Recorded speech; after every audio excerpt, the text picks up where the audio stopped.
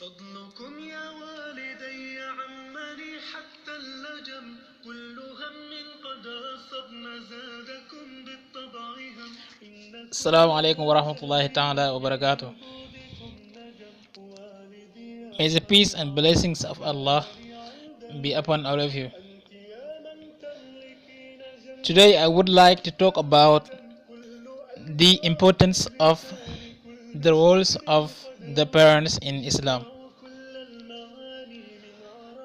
Abdullah ibn Mas'ud once asked the Prophet Muhammad sallallahu alaihi wasallam, peace and blessings of Allah be upon him, what is the best deed to Allah Azza wa Jalla? What is the most beautiful deed that brings pleasure to Allah Azza wa Jalla? The Prophet sallallahu alaihi wasallam said to pray on time. And Abdullah ibn Mas'ud said, then what? The Prophet ﷺ said, to be respectful and obedient to your parents. And Abdullah ibn Mas'ud said, and then what? The Prophet ﷺ said, jihad in the cause of Allah. So this shows the importance of parents in Islam. Islam highlights the place of our parents, and Allah subhanahu wa ta'ala has ordered us to be respectful and kind to one's parents. And our Prophet Muhammad sallallahu alaihi wasallam said, Rida Rabbi fi ridal walid wa saqatul Rabbi fi saqatil walid. That the pleasure of Allah is found in the pleasure of the parents, and the displeasure of Allah is found in the displeasure of the parents. So whoever wants Allah subhanahu wa ta'ala to be pleased with him should please his parents. So whoever wants Allah subhanahu wa ta'ala to be pleased with him should please his parents. And whoever is worried about the punishment of Allah should be worried about the anger of his parents. In that famous hadith in Musnad Imam Ahmad and also in Sunnah Ibn Majah, where a Sahabi came from Yemen, and he said, Ya Rasulullah, Ji'tuka min Yaman, O Messenger of Allah, I have come to you from Yemen so that I can give you bay'ah. I can become a Sahaba. I can do jihad behind you. And I have left my parents, wahum yabkiyan, and they are crying because they want me. I left up my parents and I came to you. And our Prophet ﷺ said, if you want the pleasure of Allah, farji' ilayhima wa udhikuhuma, go back to them and make them laugh as you have made them cry. Go back to them and make them laugh as you have made them cry. This is what our Prophet ﷺ said. You think you want Jannah, you have come to me and you have left your parents crying. How can you get Jannah in this manner? How can you get Jannah in this way? So this man came to be a Sahaba.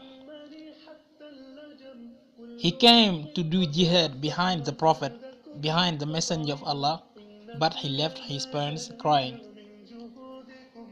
And our Prophet Muhammad ﷺ said, you think you will enter Jannah in this manner? You want to get Jannah in this manner? Go back to them. Go back to your parents. Irji' ilayhima. Go back to them and make them laugh as you have made them cry. This is the way to enter Jannah, is to please the parents. Our Prophet Muhammad was the one who told us that the easiest way to get Jannah is by pleasing the parents. Once the son of Abdullah ibn Zubayr, the famous Sahabi, when his father passed away, he said, I'm not crying because my father has died, or just because my father has died. I am crying because my easiest door to Jannah has been shut from me. This is why Abdullah ibn Zubayr's son was crying when his father had died. He said, I'm not crying just because he has died. I'm crying because my easiest door to Jannah has now been shut from me.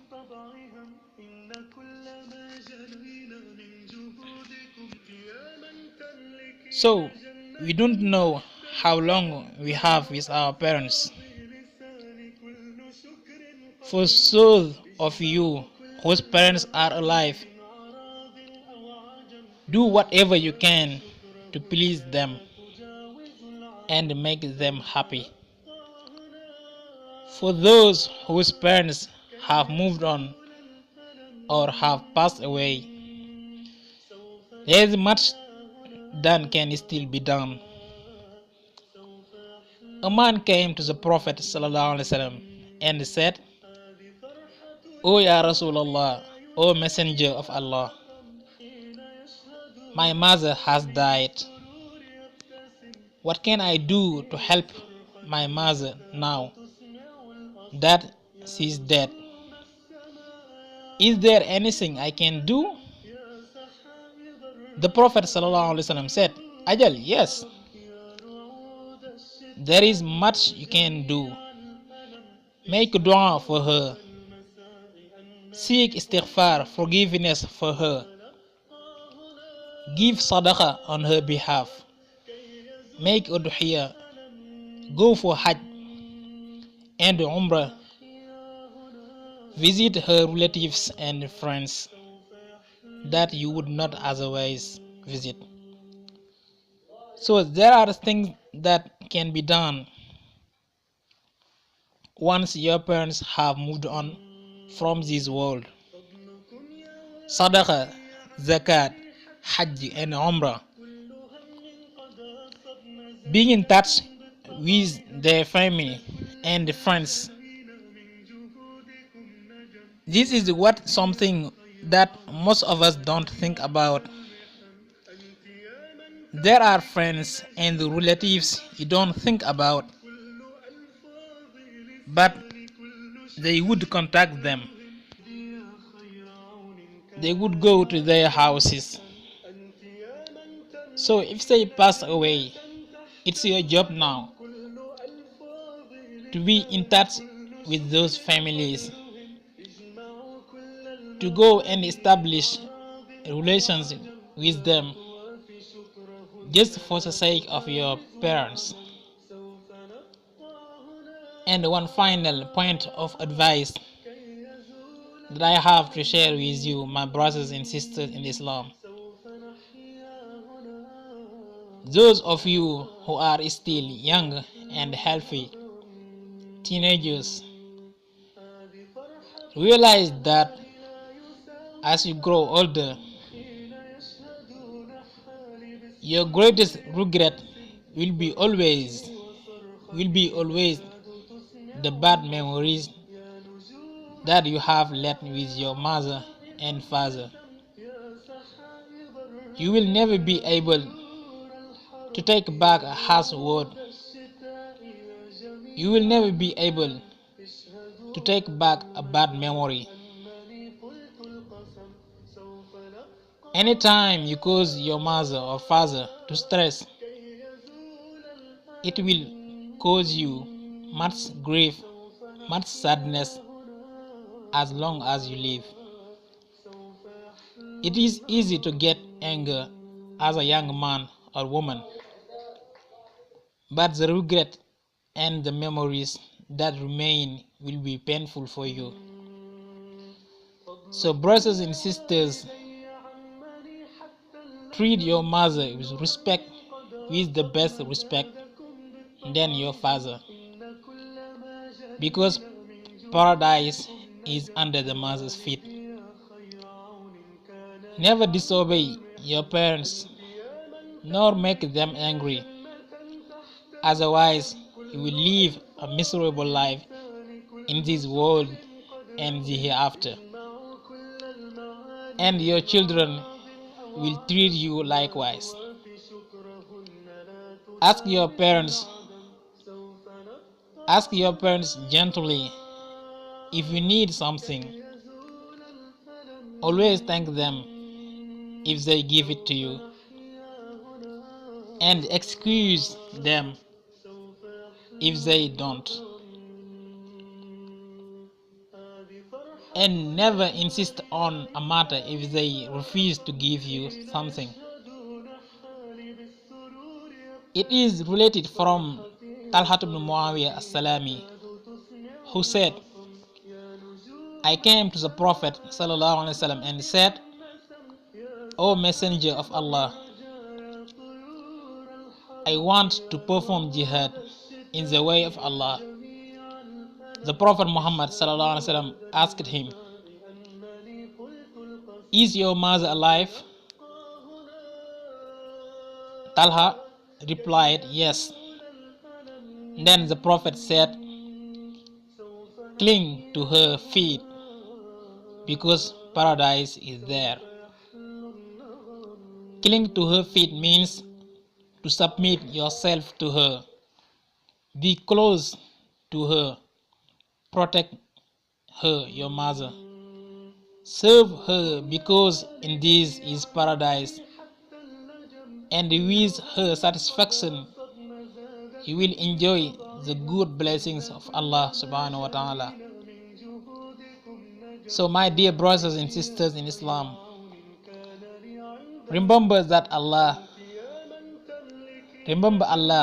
has told you in the Quran, don't say uff to them, don't speak harshly to them, and keep being kind and generous. وَقُلْ لَهُمَا قَوْلًا كَرِيمًا. You want to earn the pleasure of Allah, you have only in front of you two doors, your mother and your father. So please them. So try to please them.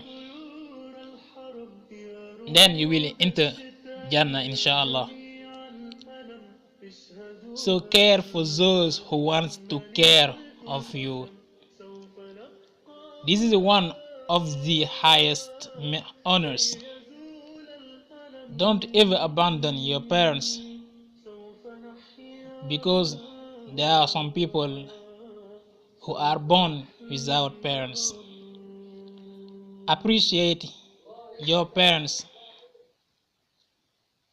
and you will never know what sacrifices they went through for you. So never abandon your parents. Try to take care of them as they have took care when you were a baby. So guys, that's all for me today. And thank you all for listening. God bless you. See you next time, inshallah. Assalamu alaikum wa rahmatullahi ta'ala wa barakatuh.